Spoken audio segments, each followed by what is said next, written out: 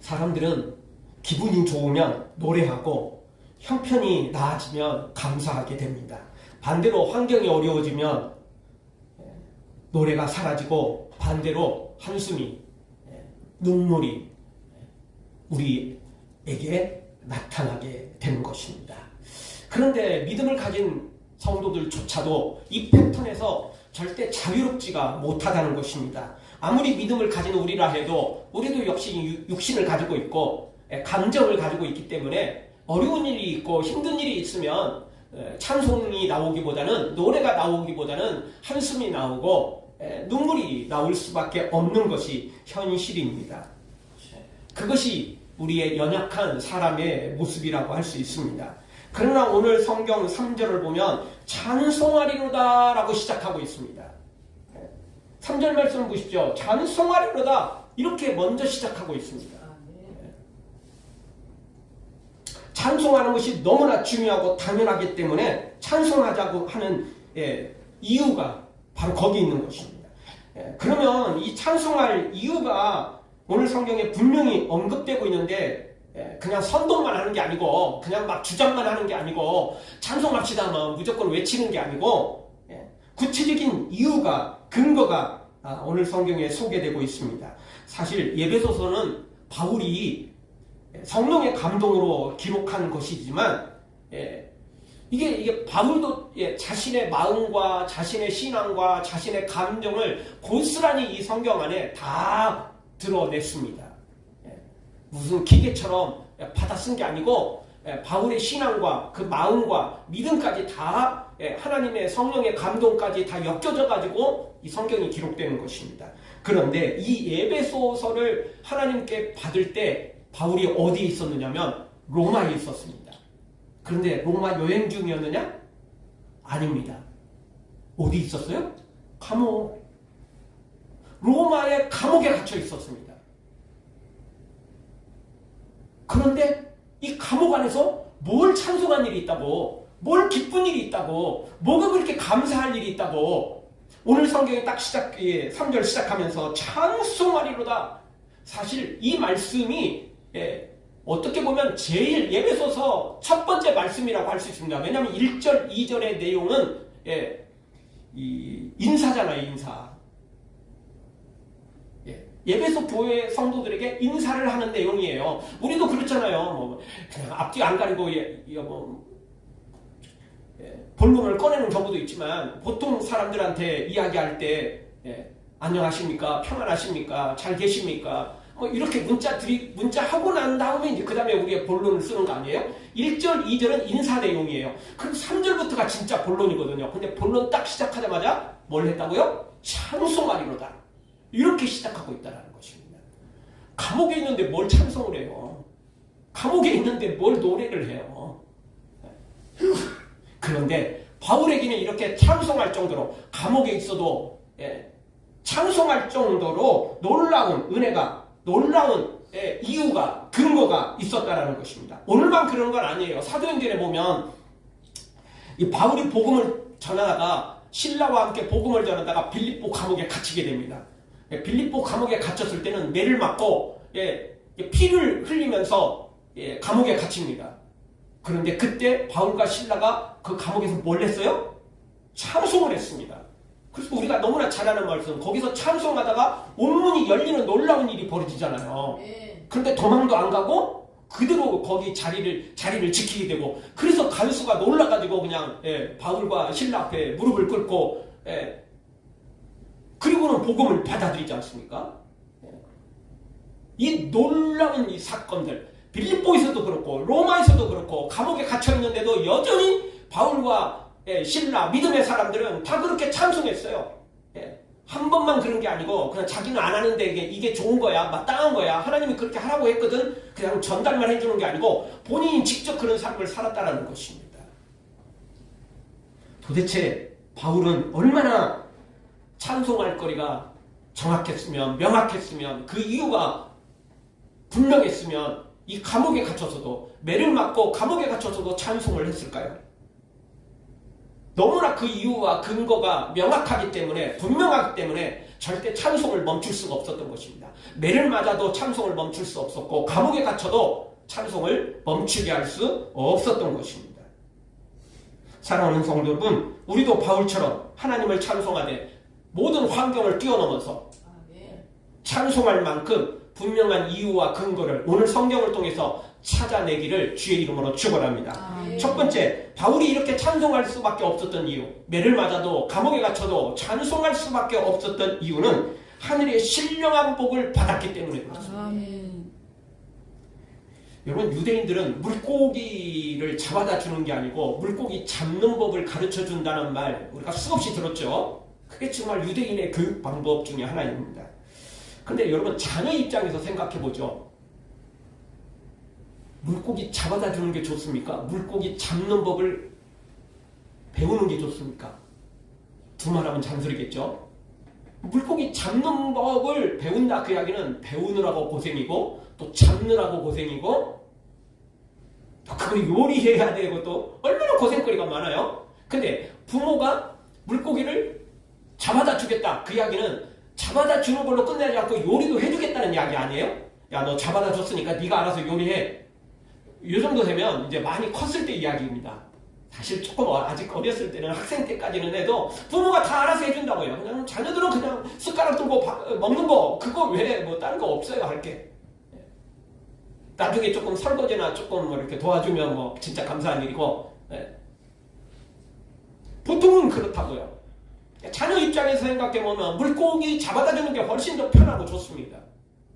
그런데 나중을 생각하면 그래서는 큰일 나는 것입니다. 왜냐하면 부모는 영원히 함께 있을 수 없거든요. 먼저 태어났으니까 먼저 갈 수밖에 없어요. 그러면 본인이 이제 나중에 부모가 됐을 때 쫄쫄 굶어야 됩니까? 아니잖아요. 본인도 배워야 자식에게 또 가르쳐 주지 않겠어요? 잘 먹어야 되기도 하고 자녀를 잘 키워야 되기도 하지만 또 자녀에게 부끄럽지 않은 부모가 되려면 나름 배워야 돼요. 배워야 또 가르쳐 줄 게 있는 거고 그러는 거 아니겠습니까? 그래서 물고기 잡아다 주는 것보다 물고기 잡는 법을 배워야 되는 것입니다. 여러분, 옛날 이야기가 있습니다. 한 부자가 있었는데 아들이 하나 있었습니다. 그런데 그 아들이 멀리 이렇게 있었는 상황이었습니다. 그런데 갑자기 이 주인이 몸이 아파서 죽을 날이 다가오게 되었습니다. 그래서 이 아들에게 유서를 하나 남겼습니다.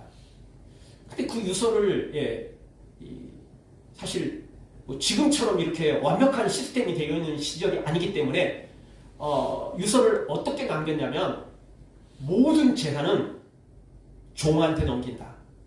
대신 너한테는 딱 한 가지만 선택할 권리를 주겠다. 이렇게 유서를 남겼습니다. 왜냐하면 모든 재산을 너한테 다 줄게. 이러면 그 종이 이 사실을 꽁꽁 숨기고 재산 훔쳐갖고 어디 멀리 도망가 버리면 뭐 어떻게 하겠어요? 방법 없잖아요. 그러니까 유서에 그렇게 남긴 겁니다. 모든 재산은 종에게 다 주겠다. 대신 너는 딱 한 가지만 선택해라. 이렇게 되고, 그러니까 이 종이 아주 그냥 기쁜 마음으로, 자기가 유산을 다 받았으면 얼마나 좋겠어요. 기쁜 마음으로 이 아들을 찾아서 소식을 전해줍니다. 이 아들이 그 유서를 딱 보고 뭘 선택했습니까? 다른 거 선택하지 않았어요. 뭐가 제일 좋을까? 제일 비싼 게 뭘까? 그런 거 생각하지 않은 거예요. 자식이 선택한 것은 종을 선택한 거예요. 종, 너가 내 거다. 그러면 종을 선택했기 때문에 종이 가진 모든 것은 누구 거예요? 아들 것이 되는 거예요. 안전하잖아요. 안전하잖아요. 이게 지혜인 거예요. 그런데 이 아들이 그게 멍청하고 정말 아무것도 모르면요, 엉뚱한 거 선택하고, 그리고 그 자식에게 유산이 그게 다 갔다고 해도 그 자식은 그 유산을 지킬 지혜도 없고 능력도 없어요. 종한테 안 뺏기면 다른 사람한테 뺏기고 다른 사람한테 다 이거 다 뺏기는 유산이라고요. 그럴 지혜가 있어야 되는 거예요. 그런데 성경도 똑같습니다. 하나님은 우리에게 이런 지혜를 갖게 하시길 원하시고 이런 지혜로 살기를 원하시는 것입니다. 하나님이 일일이 알아서 다 물고기 잡아다 주고 요리해주고 아해라 떠먹여주고 하나님이 다 그렇게 하시기를 원하시지 않아요. 우리로 하여금 사탄을 이길 능력을 주시고 믿음과 지혜를 주시면서 네가 내 이름으로 가서 예수 그리스도의 이름으로 나가서 사탄을 물리치고 죄를 물리치고 승리해라. 이렇게 주님이 말씀하시는 것입니다. 우리 3절을 다시 한번 보겠습니다. 같이 한번 보겠습니다. 찬송하리로다. 하나님 곧 우리 주 예수 그리스도의 아버지께서 그리스도 안에서 하늘에 속한 모든 신령한 복을 우리에게 주시되. 아멘. 하늘에 속한 모든 신령한 복을 우리에게 주셨다라는 것입니다. 바울은 이것 때문에 찬송한 거예요. 이것 때문에 하나님께서 바울에게는 물고기를 막 잡아다 주지 않았어요. 그래요. 그냥 막 풍성하게 상이 부러지도록 사는 진미를 차려주지 않았어요. 물고기 잡는 법을 가르쳐줬을 뿐이죠. 그러니까 고난이 있었어요. 환난이 있었어요. 매를 맞기도 하고 감옥에 갇히기도 하고 한두 번도 아니고 여러 번 그런 일들을 겪었던 것입니다. 그래도 바울은 찬송했는데 이유가 뭡니까? 하나님께서 자신한테 하늘에 속한 신령한 복을 주셨기 때문에. 즉 신령한 복이 뭡니까? 구원 아닙니까? 구원. 천국의 상급 아니에요. 이 놀라운 복을 주셨기 때문에 바울은 찬송할 수밖에 없었던 것입니다. 너무너무 큰 복을 받았기 때문에 자잘한 것들은 장애가 되지 않았던 것입니다. 그런데 여기서 또 하나 생각해 볼 수 있는 건 하늘에 속한, 땅에 속한 게 아니죠. 하늘에 속한 신령한 복을 줬는데 적게 준 게 아니에요. 적당히 준 게 아니에요. 얼마나 주셨어요? 하늘에 속한 모든 신령한 복을 주셨어요. 물론 이게 모든 걸 다 받을 수 있느냐 없느냐는 우리의 믿음에 따라 달라져요. 하늘에서 비가 많이 내려도 내가 물그릇을 작게 준비해 놓으면 그것밖에 물을 받아 놓을 수 없는 거고, 큰 걸 준비해 놓으면 그걸 다 받을 수 있겠죠. 준비한 만큼 받을 수 있는 거예요. 하늘에서 복이 모든 신령한 복이 떨어지는데 내가 그냥 믿음도 별로 없고 그냥 세상 좋아하고 그냥 날라리 신앙생활하면 받을 게 별로 없는 거죠.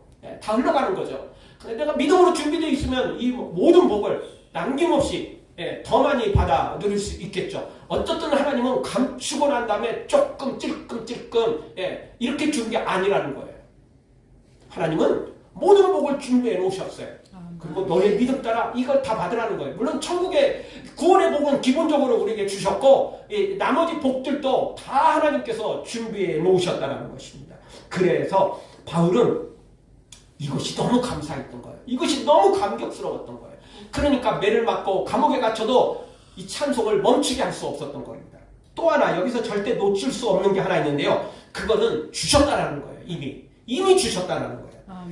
마지막 말씀 보면 주시되라고 표현되어 있거든요. 우리 성경으로는 이게 뭐 그렇게 딱 명확하게 표현되지 않는데 이 언어상으로 가보면 이 시제가 미래나 조건부가 아니에요. 미래에 이루어질 미래형이거나 될 것이다 이런 미래형이 아니에요.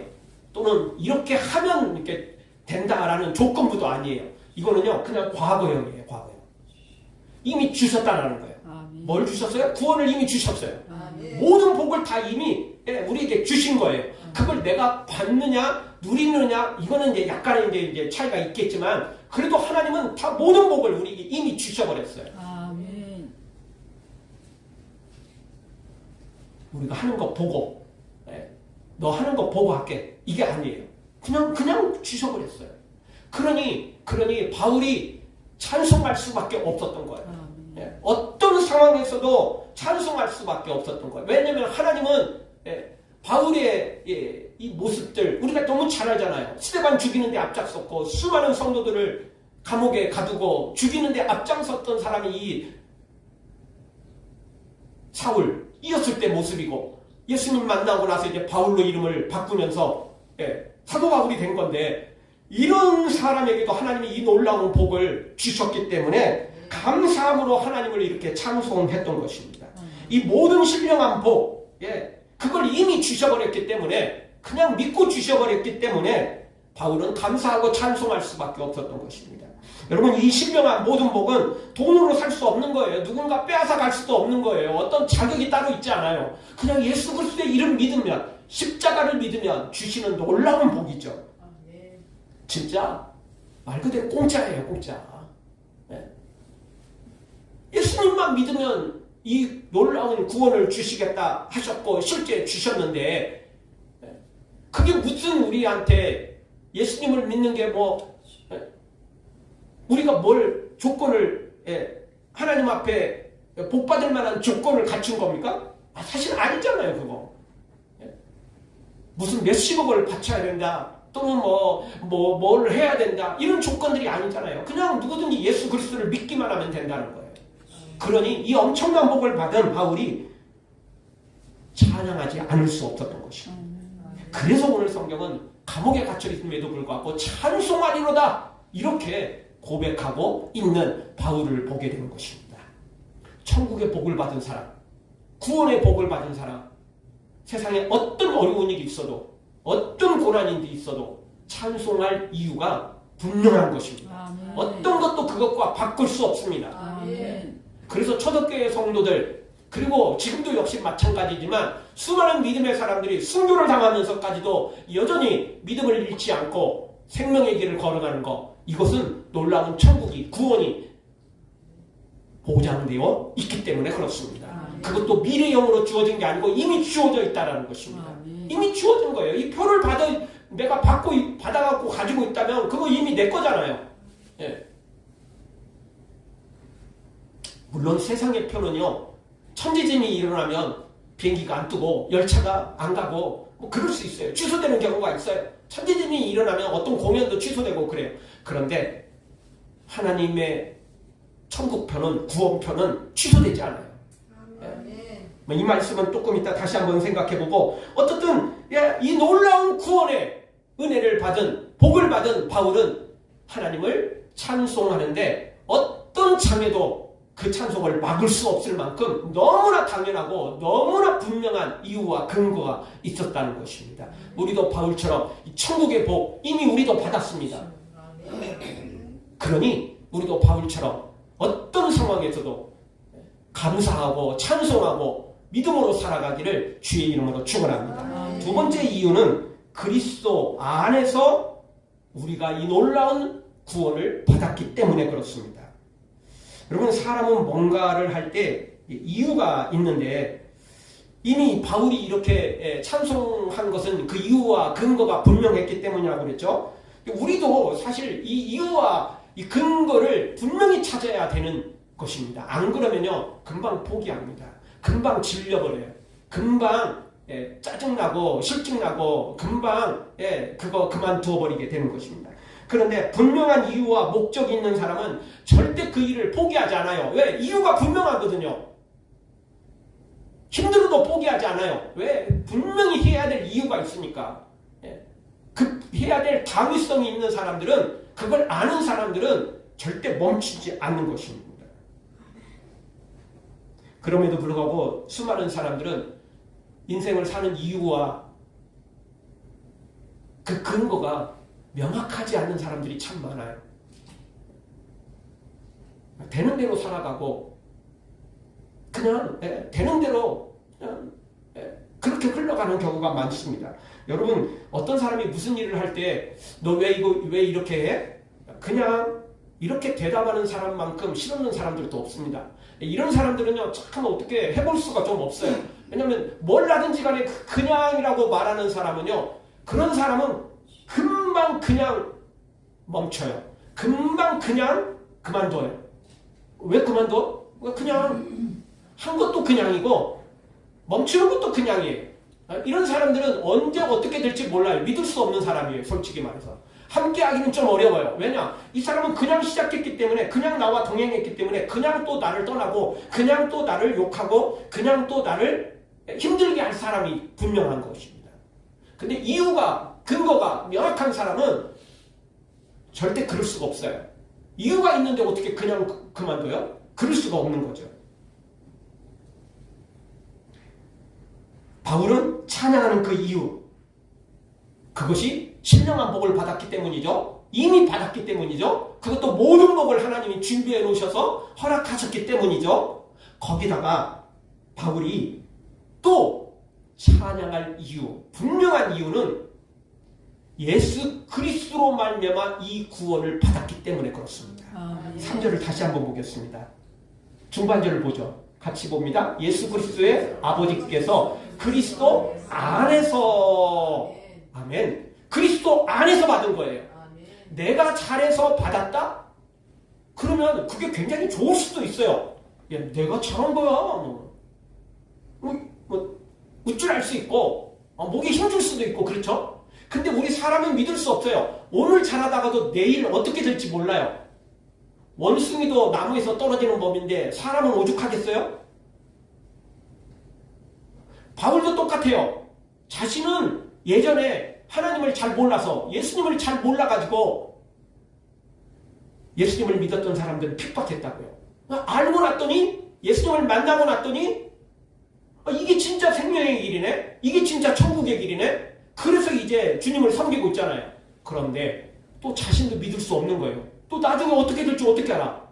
여러분, 우리 사람은 진짜 믿을 수 없는 존재예요.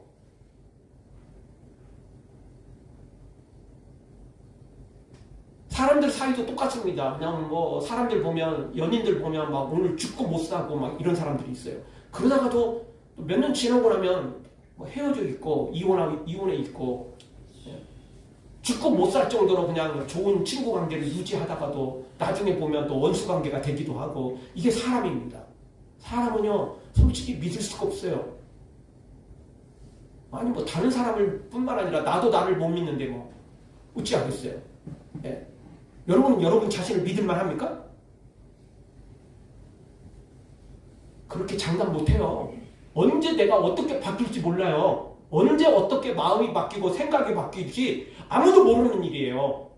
바울도 지금은 하나님을 위해서 이렇게 믿음으로 살고 감옥에 갇혀도 찬송하고 있지만, 또 자신이 또 어떻게 될지 그거는 보장할 수 없는 거예요. 사람은 그렇게 정말 일관되고 그냥 변함없이 그냥 그렇게 간다? 이건 참 어려운 일인 것입니다. 사람은요, 언제 어떻게 될지 아무도 보장을 할 수가 없어요. 그게 연약한 사람입니다. 그런데 바울은 자신의 연약함에 이 근거가 있지 않고 예수 그리스도 때문에 이 구원이 자신에게 주어졌다는 것에 너무너무 감사한 거예요. 그러니 앞으로 예수님이 변하지 않는 한은 이 구원은 취소되거나 이 구원이 변경되는 일이 없다는 거예요. 물론 내가 잘해서 이렇게 복을 받았다? 이러면 뭐 지금 당장이야 좋지만 나중을 생각해보면 어떻게 될지 모른다니까요. 네.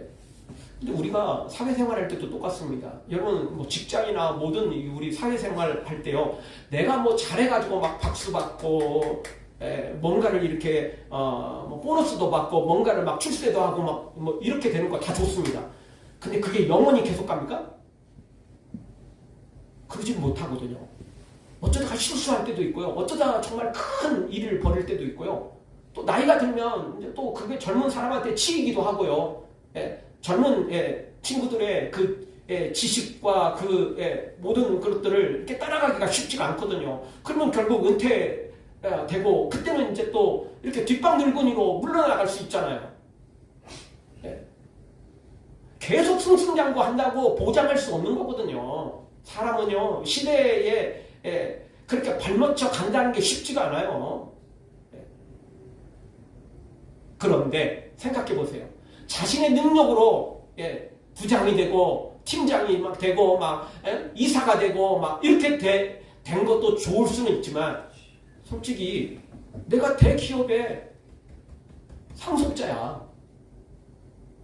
그러면 지금 당장 뭐 대단한 능력 안 나타나도 능력 없다고 조금 뭐 욕은 얻어먹을 수 있고 뭐 좀 문제가 생길 수는 있겠지만, 그렇다고 잘립니까? 그래요? 그렇지는 않잖아요, 솔직히. 솔직히 대기업 들어가는 사람들이요, 정말 이 이사까지 되는 사람들 많지 못하고요.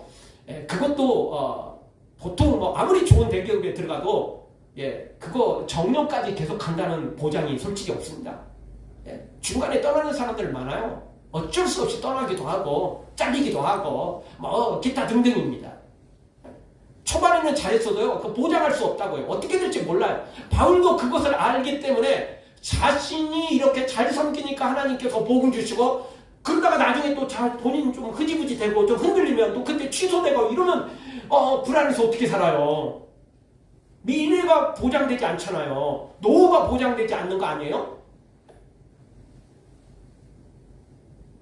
그런데 하나님께서 바울에게 주신 구원은 그리스도 안에서 주신 거예요. 예수님 안에서 주신 거예요. 그렇기 때문에 바울은 이 구원이 취소되거나 변경되지 않는다는 사실을 분명히 알았던 거예요. 그래서 감사한 거예요. 예. 그래서 찬송할 수밖에 없었던 거예요. 내가 좀 흔들려도 예수님은 끝까지 나를 사랑하시거든요. 제자들이 주님 버리고 겟세마네 동산에서 버리고 도망갔다고 예수님도 제자들을 버려버렸습니까? 아니잖아요. 다시 찾아오셨잖아요. 부활 후에 다시 예수님은 제자들이 모였던 그곳에 꽁꽁 숨어가지고, 한 곳에 모여있던 그곳에 예수님 직접 찾아오셨잖아요. 버리지 않았어요. 니네들 나 배신했지? 나도 다시는 니네들 두 번 다시 보지 않을 거야. 니네들은 배신자야. 이렇게 하지 않았어요. 다시 찾아오셨어요. 그리고 베드로에게도 주님 말씀하셨어요. 네가 나를 사랑하느냐? 네가 이 사람들보다 나를 더 사랑하느냐? 다시 또 질문을 던지시고 다시 또 물으시고 다시 한번 사명을 주시고 다시 한번 또 은혜를 주셨던 거예요. 그러니까 내가 연약해도 내가 부족해도 예수님이 날 끝까지 사랑하신다는 사실이 너무너무 확실하기 때문에, 그래서 쉽게 구원이 취소되거나 변경될 수가 없다는 사실 때문에 바울은 이렇게 찬송할 수밖에 없었던 것입니다. 사람들은 참 약속을 어기는 경우가 많죠. 어쩔 수 없이 할 때도 많아요. 마음은 있어도 환경이 안 받쳐주는 천재지변이 생기면 돕지 못할 때도 많죠. 그런데 하나님은 그렇지 않습니다. 누가복음 16장 17절 보십시오. 그러나 율법의 한 획이 떨어짐보다 천지가 없어짐이 쉬우리라. 아멘. 한 글자도 아니에요. 한 단어도 아니에요. 한 획 하나. 이거 하나 떨어지는 것도 천지가 없어지는 것보다 이 절대 비교할 수 없었다는 거예요. 천지가 없어지는 게 쉽지 하나님의 말씀 중에 한 획 하나 없어지는 건 있을 수가 없다는 거예요. 그만큼 하나님의 말씀은 정확하고 절대 어기는 일이 없습니다. 사람들이 나오기는 거지 하나님은 약속하시면 100% 이루어집니다. 아니 200% 이루어집니다. 그러니 바울은 찬송할 이유가 근거가 너무 정확했던 거예요. 오늘 잘 나갈 때 자신을 사랑하고 내가 좀 조금 부족하면 또 하나님 앞에 버림받을까 막 두려웠던 게 아니에요. 내가 예수 그리스도 안에 있기만 하면 내가 좀 부족해도 예수님은 다시 한번 기회를 주시고 다시 한번 은혜를 주셔서 내가 부족하면 또 찾아오셔서 나를 가르쳐 주시고 위로해 주시고 힘을 주셔서 끝까지 믿음으로 살도록 하실 그 예수님 때문에 그래서 찬송할 수밖에 없었던 것입니다. 오늘 주보 칼럼에도 썼지만 여러분 날씨가 추우면 추운 대로 힘들고 날씨가 풀리면 미세먼지, 오늘은 좀 날씨가 그래도 조금 풀려졌지만 오늘은 미세먼지는 없는 것 같습니다. 근데 한 2, 3일 미세먼지 얼마나 심했습니까? 근데 참 이게 인생 같아요. 우리 인생 같아요. 추우면 추운 대로 힘들고 날씨가 풀리면 풀리는데 또 미세먼지가 괴롭히고 이거는 참 제대로 살아갈 날이 참 쉽지가 않아요. 그렇죠? 우리 인생 같죠, 마치. 좋으면 좋은 일대로 있을 것 같은데 또 그게 아니거든요. 우리 호사다마라는 말 괜히 있는 거 아니잖아요. 좋은 일 많아지면 또 큰 문제가 생길까봐 우리 전전긍긍 할 때 있잖아요. 기쁘면서도 이러다가 이것도 사라지면 어떻게 하지? 눈높이도 또 없어지면 어떻게 하지? 이런 불안들이 조금 있어요. 그게 사실 현실이잖아요. 그런데 분명한 건 너무 걱정할 게 없다는 거예요. 추운 날씨에는 하나님이 우리에게 따뜻한 옷을 입을 수 있도록 환경들을 주셨고요. 미세먼지가 많을 때는 마스크 쓸 수 있도록 좀 불편하지만 힘들지만 그래도 그렇게 해결할 수 있도록 하나님이 은혜를 주신다는 거예요. 우리 인생도 똑같습니다. 그래서 복음 전하며 막 정말 놀라운 일들을 기적들을 행할 때에도 하나님이 함께 하셨고 감옥에 갇히고 그래서 매를 맞고 그렇게 힘들고 어려울 때도 하늘의 기쁨과 평안으로 바울에게 채워주셨다는 것입니다. 그러니까 능히 육체의 고난도 이겨낼 만큼 구원의 감격이, 영혼의 기쁨이 바울에게 있었던 것입니다. 그래서 찬송했던 것입니다.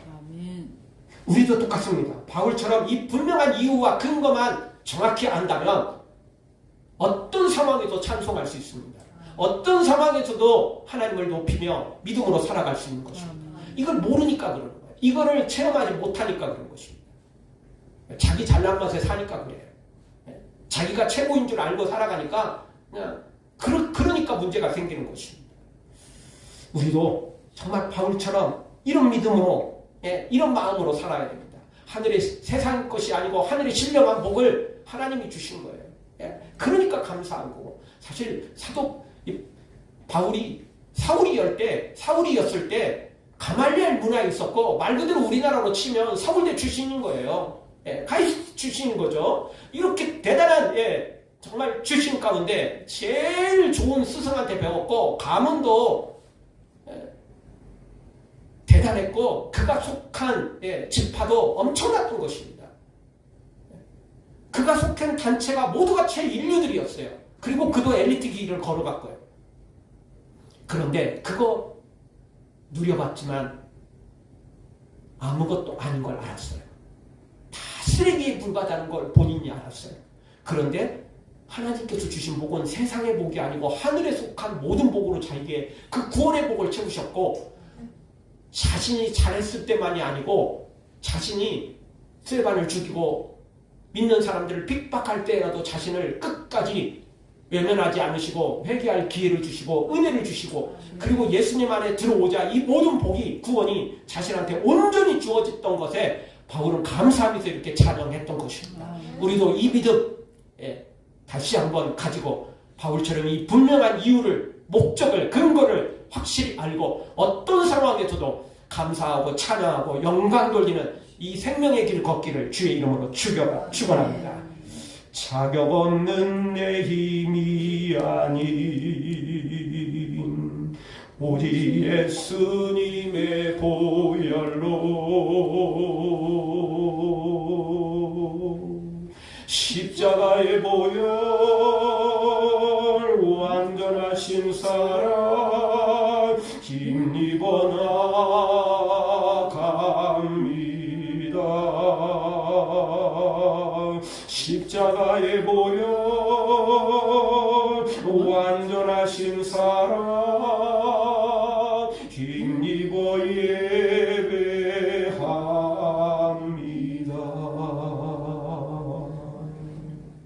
십자가의 보혈 완전하신 사랑 힘입어 찬양합니다.